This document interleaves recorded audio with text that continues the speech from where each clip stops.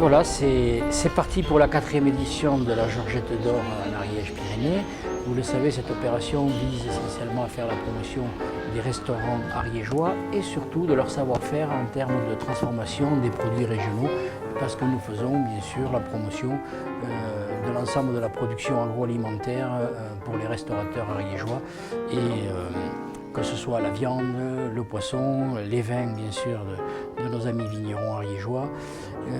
Et le but, c'est de faire fréquenter les restaurants par le public. Et c'est un concours interactif puisque les participants, le public peut voter et choisir et lire son restaurant. Alors à cet effet, il y a un document central, et à la fin de leur repas, après avoir dégusté, donc ils peuvent mettre leurs notes selon 3 catégories. Donc il y a la catégorie des bistrots et bars à vin. Ici nous sommes dans le cadre de l'un d'entre eux. Il y a les restaurants de tradition familiale, et il y a bien sûr nos talentueux chefs qui concourent dans la catégorie des tables gastronomiques.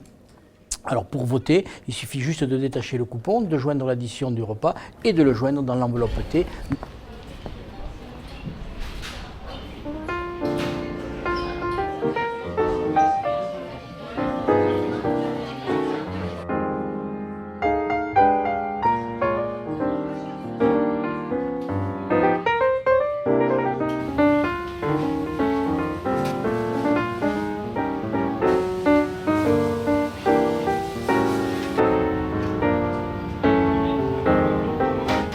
L'intérêt principal, je pense, c'est de montrer notre savoir-faire et nous obliger à... par exemple, ici, on est dans un restaurant qui est plutôt un bistrot. C'est une cuisine assez moderne. On travaille des produits qui sont plus tendance, des produits frais.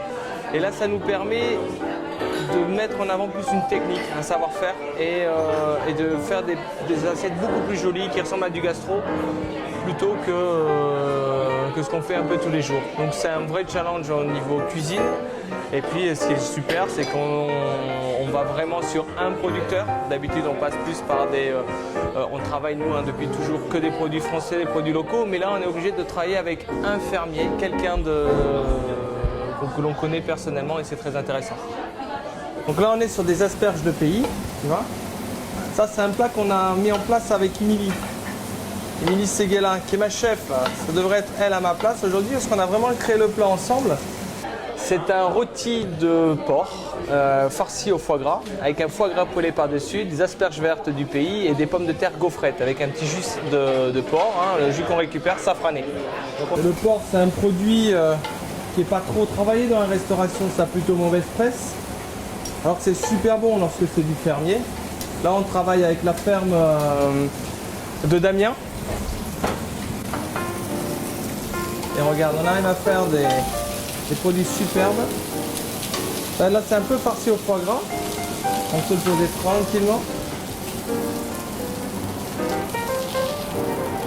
Et là, dans le suc du porc, on va faire poêler le foie gras. Et à côté, on a fait des chips de pommes de terre et des gaufrettes. Toujours une petite déco.